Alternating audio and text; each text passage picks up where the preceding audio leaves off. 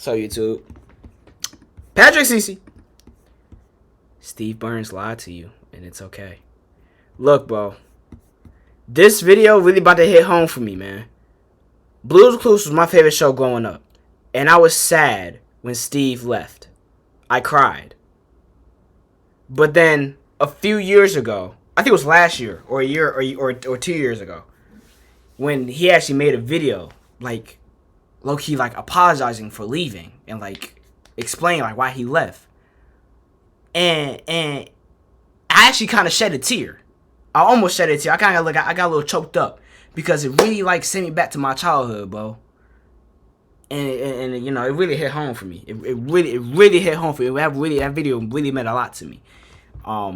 Yeah, let's see what my man Pat got to say, man. 29th, 2002, Season 4, Episode 24 of Blue's Clues. Steve Burns announced to the world that he was leaving for college and would be replaced by his brother, Joe. But that was a lie. The truth is, Steve Burns never wanted to be on children's television in the first place, and he was finally able to escape. But because of this lie, some disturbing rumors were brought to light. Yeah. The most believed rumor was that Steve had died in a fatal car crash. A more ridiculous rumor was that he was murdered by the Blue's Clues producers, or died in an unsuccessful attempt to fight the Taliban. However, the most believable theory was that Steve was depressed, got addicted to H, and rebelled against the kids show to start a rock band. And that theory wasn't entirely false. While the public saw a seemingly cheerful demeanor on screen, Steve struggled with his depreciating mental health off screen. I didn't know it yet, but I was the happiest depressed person in North America. I was struggling with severe clinical depression the whole time I was on that show. Steve's job was to be happy, uplifting, full of joy and wonder all the time. He had to pretend to be interested and amazed at the smallest things, like discovering Blue's paw print that was directly in front of him. He spent 10 hours per day filming in an empty Blue room so that he could be superimposed on the digitally animated world of Blue and her friends. At the time, technology wasn't as advanced as today, meaning Steve had nothing visual or tangible to work with. Steve said his experience was awful and compared it to acting at the bottom of a swimming pool. Pools are filled with water, so stay hydrated. As if his experience wouldn't be any more taxing on his mental health, the insane things posted about him online made things even worse. Take this game on Newgrounds, for example, where your objective was to destroy Blue and then assassinate Steve. You eliminate the dog, then go into the house where Steve is flipping you off. So you shoot him until his head pops off and then the house burns down. He also had to read creepy fan fiction, like this one that romanticizes the idea of Blue assaulting Steve with a deadly weapon. For some reason, people love the idea of stripping the innocence away from a children's TV show and trying to create a disturbing narrative around it. To this day, TikTokers express theories that Steve is a drug addict living in a crack house and that his hallucinations cause him to talk to inanimate objects, which come to life. People also believe that the children's voices we occasionally hear are actually Steve's neglected children, helplessly watching him feed into his addiction. Or the reason Steve is excited whenever he gets mail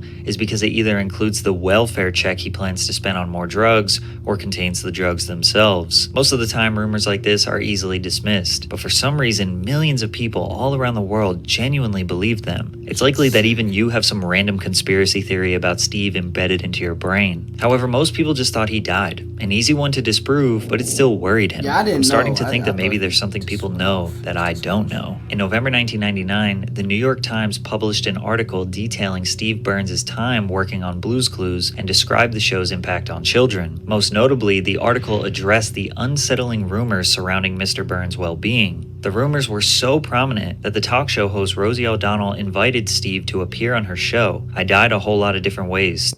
Come to Culver's and treat someone you recalled. Rosie's kid is a big fan, so I just went on and said, "Hi, I'm alive. Bye." It was pretty easy to prove I wasn't dead. These rumors were so powerful that Steve felt the need to address Rosie O'Donnell's child with "I'm alive" because he knew children around the world were genuinely concerned about him. Because you have to keep in mind that Blue's Clues was the highest rated premiere of any Nickelodeon program and became crucial to the network's growth. It was a pioneer in interactive TV. The original Blue's Clues engaged its preschool age audience by breaking the fourth wall and speaking directly into the camera. Millions of kids around the world felt a deep and personal connection to Steve, which made these rumors more potent. It also I didn't care. Well, Joe was cool.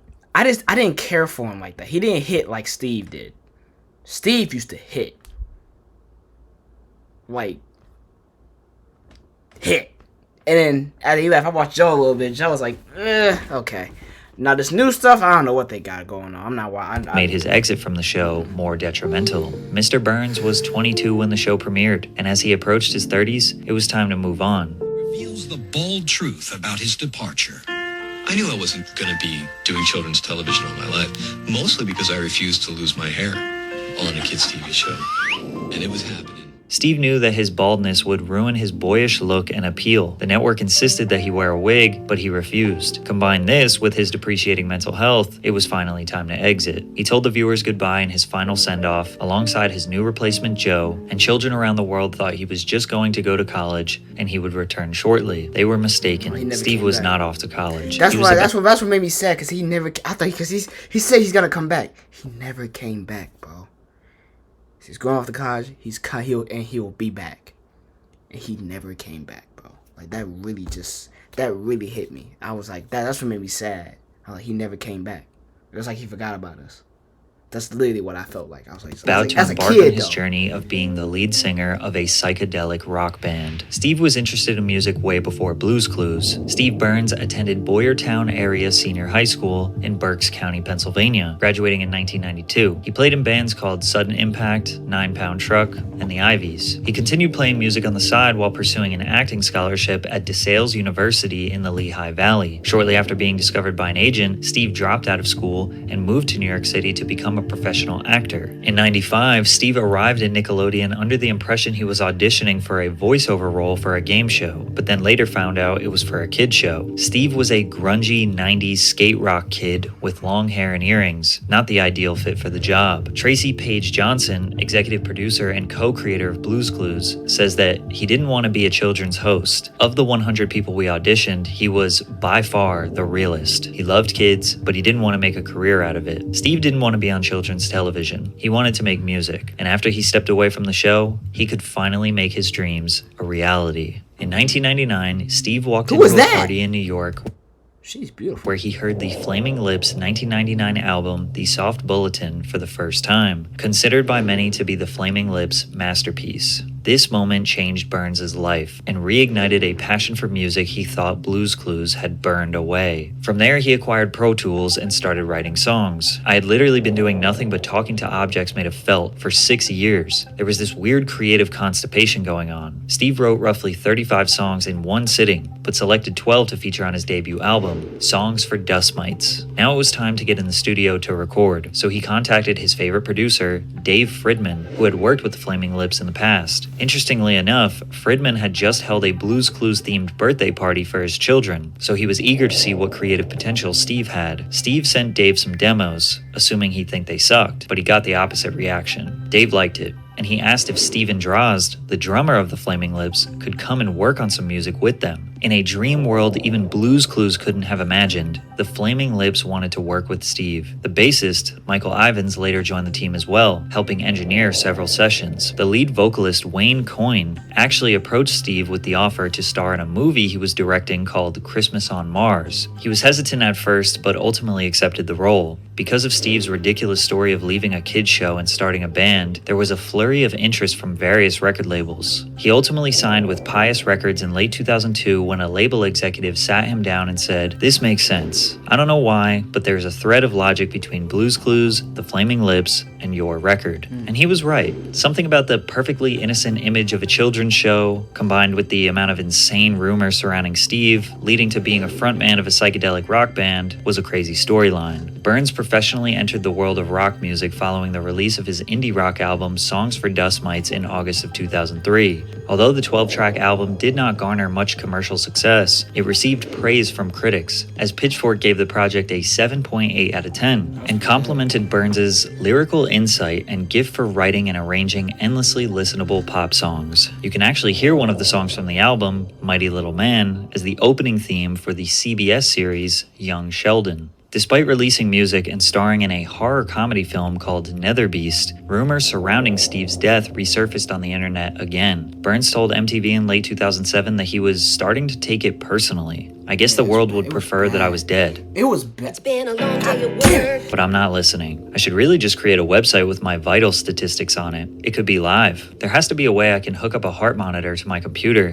just to let people know I'm alive. To this day, Steve's Instagram handle is Steve Burns Alive, with a bio that reads, "I've seen the meme." Unfortunately for Steve, he didn't exactly become the rock star he dreamed of being. Most of his buzz from his first project was earned due to the juxtaposition of his Blues Clues career. After that, he started another band, Steve Burns and the Struggle, alongside the Flaming Lips Steven Drozd and a Million Billion frontman Ryan Smith. The collective released an album, Deep Sea Recovery Efforts, in 2009, but it failed to do anything substantial. For many years, Steve disappeared from the spotlight. Slowly but surely, rumors of his death, addiction, and God knows what else made their way back onto the internet. But in 2017, Steve got a call that he never thought he would get. Nickelodeon gave the original creators of Blues Clues permission to develop a reboot of the series after multiple failed attempts. Nickelodeon posted a video announcing that they were looking for a new host of the show. Steve helped the creators during the casting process, and after 1,000 auditions, they eventually selected Josh De La Cruz, who was an understudy for Disney's Aladdin on Broadway for 5 years. De La Cruz would play Steve and Joe's cousin, Josh.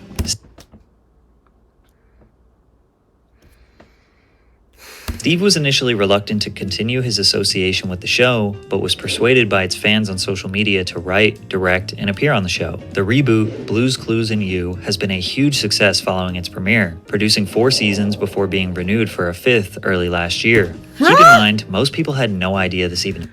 So you tell me kids are watching this? I thought every single child is an iPad child now. I thought they all watch YouTube. I thought they all watch Coco Melon and shit. You tell me kids are watching this? Happened. Unless you have kids or very young siblings, you probably never knew that Steve returned to the show. But in 2021, Nick Jr.'s Twitter account posted a video for the 25th anniversary of Blues Clues featuring Steve. This had me. I was like, damn. This really hit home for me, bro. And we all thought he had returned from the dead. Hi. You got a second? Okay. You remember how the show? I'm pretty sure the show did end in 2006. I'm pretty sure it did, or probably a little earlier. It ended, then it rebooted. Like I saw that this reboot happened. Like literally, I was flicking channels on the TV and I saw this. I was like, "What is this?" I said, "What is this?" My brother was home too, because my brother used to watch Blues Clues. This is more back in my brother's time. My brother used to watch it. I said, "What is this?" I was furious. When we were younger, we used to run around and hang out with Blue and find clues and talk to Mr. Salt, freak out about the mail, and do all the fun stuff. And then one day I was like, "Oh, hey, guess what? Big news. I'm leaving. This is my brother Joe. He's your new best friend." And then I got on a bus and I left. And we didn't see each other for like a really long time. Can we just talk about that? Great.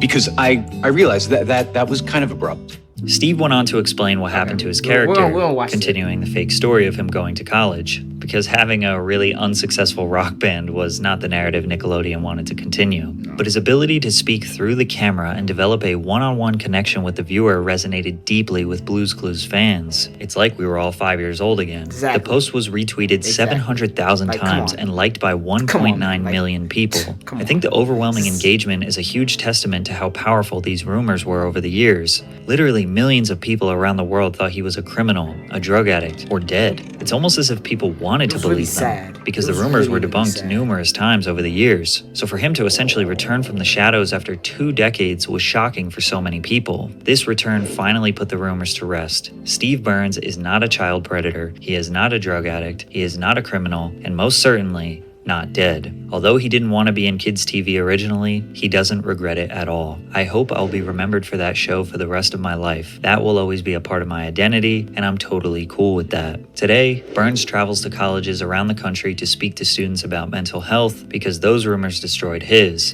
and now he's using that to help you improve yours. It's amazing.